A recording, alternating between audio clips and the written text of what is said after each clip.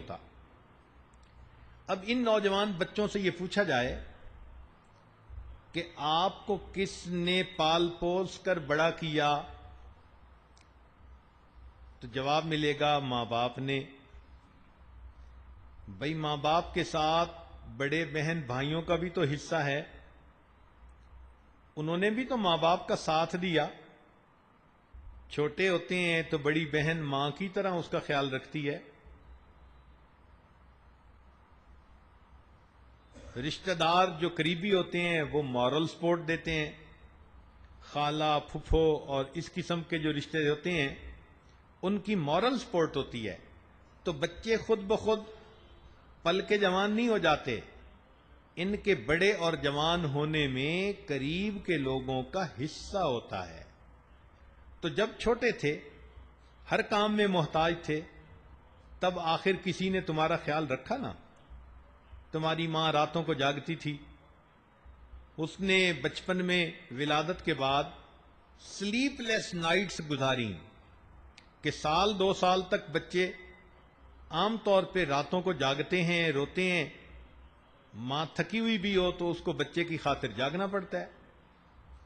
اور جو چھوٹے بچے ہیں ان کی تو ہم نے عجیب عادت دیکھی، اللہ کے فضل سے پورے دن وہ سوتے ہیں اور جب رات ماں باپ کے سونے کا وقت ہوتا ہے اس وقت وہ جاگتے ہیں۔ اور میں اپنے دوستوں کو اکثر یہی کہتا ہوں کہ بچوں کی برکت ہے کہ آپ کو بھی تہجد پڑھنی نصیب ہو جاتی ہے۔ تو ماں باپ نے بھی تو آخر جاگ کے راتیں گزاری نا زندگی کی۔ پہلے بچے کو کھلایا، بعد میں ماں نے کھایا، پہلے بچے کو پلایا، بعد میں بچے نے پیا، بعد میں ماں نے پیا، پہلے بچے کو سلایا اور بعد میں ماں جا کر سوئی۔ قربانی تھی نا اس کی، تو آخر اس قربانی کا کوئی ریٹرن ہونا چاہیے۔ کیا اتنا بھی اس ماں کا حق نہیں کہ وہ نوجوان بچے کو کوئی بات سمجھائے تو یہ اس کی بات کو تسلی سے سن لے؟ آج کل کے نوجوان تو بس ماں کو اللہ میاں کی گائے سمجھتے ہیں، لحاظ ہی نہیں کرتے۔ آئیے دیکھیے شریعت نے کیا کہا۔ قرآن عظیم الشان میں اللہ رب العزت ارشاد فرماتے ہیں وَبِالْوَالِدَيْنِ إِحْسَانًا، کہ تم ماں باپ کے ساتھ حسن سلوک کا معاملہ کرو، ماں باپ دونوں کے ساتھ۔ گو کہ ایک صحابی نے پوچھا کہ میں کس کے ساتھ حسن سلوک کروں؟ فرمایا ماں۔ پھر پوچھا کس کے ساتھ؟ فرمایا ماں۔ تیسری مرتبہ کس کے ساتھ؟ فرمایا ماں۔ چوتھی مرتبہ پوچھا تو فرمایا ہاں باپ کے ساتھ بھی حسن سلوک کرو۔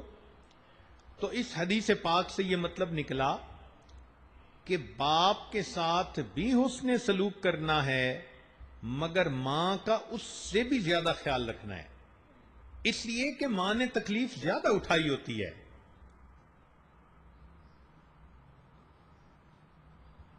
ایک سال تو اس نے پیٹ میں اٹھایا ہوتا ہے، پھر اس کے بعد 2 سال اس نے گود میں اٹھایا ہوتا ہے، ہر وقت بچے ہی میں مصروف ہوتی ہے۔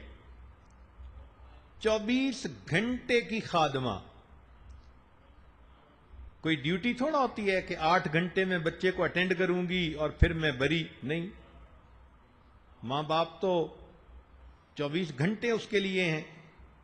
بلکہ پہلے وقتوں میں جب آج کل کے ڈائپر نہیں ہوتے تھے اور بچے رات کو سوئے ہوئے سردی کے موسم میں اپنے بستر پر پیشاب کر دیتے تھے، تو ہم نے ایسی مثالیں بھی سنی کہ ماں بچے کو خشک بستر پر لٹا دیتی تھی اور گیلے بستر پر خود لیٹ جاتی تھی۔ اللہ اکبر کبیرہ۔ ہمارے قریبی رشتہ داروں میں ایک بچی نے نیت کر لی کہ اللہ نے مجھے بیٹا دیا ہے، میں اس کو ہمیشہ باوضو دودھ پلاؤں گی۔ اللہ اکبر کبیرہ۔ ہم نے جو اس بچی کو دیکھا، اتنا مجاہدہ، حیران رہ گئے۔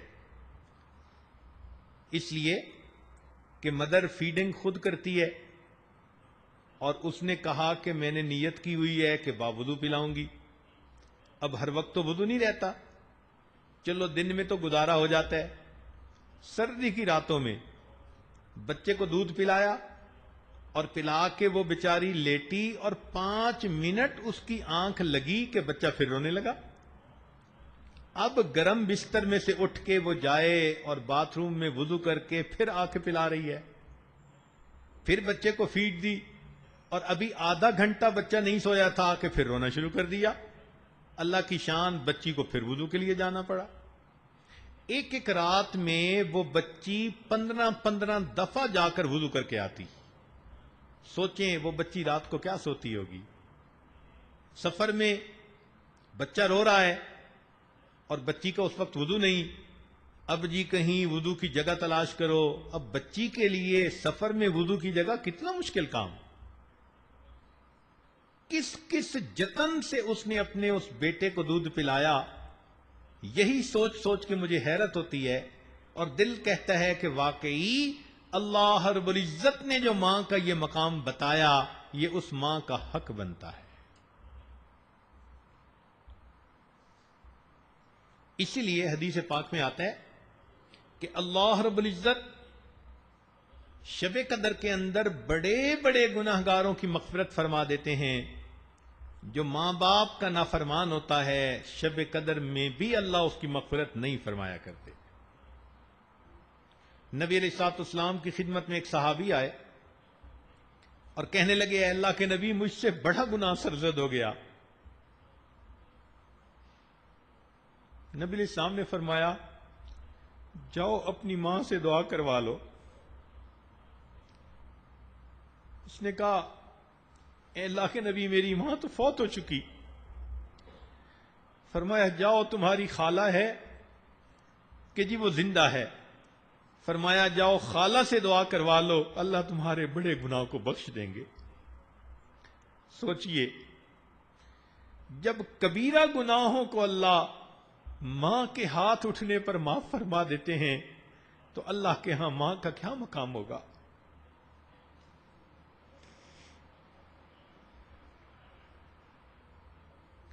اس لیے جو شخص اپنے ماں باپ سے حسن سلوک کرتا ہے اللہ رب العزت اس بندے کی زندگی میں برکتیں عطا فرماتے ہیں. حدیث پاک کا مفہوم سنیں اور دل کے کانوں سے سنیں کہ جو شخص اپنے ماں باپ کے ساتھ حسن سلوک کا معاملہ کرتا ہے اس کی آنے والی اولاد کل اس کے ساتھ حسن سلوک کا معاملہ کرے گی. یہ ہے عدل کا بدلہ.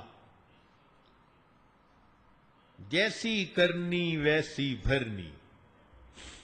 جو نوجوان بچے بچیاں آج اپنے ماں باپ کی خدمت کریں گی کل جب ان کی شادیاں ہوں گی اور خود ماں باپ بنیں گے اللہ ان کو بھی فرما بردار اولاد عطا فرمائیں گے. کیا مزے کی بات ہے.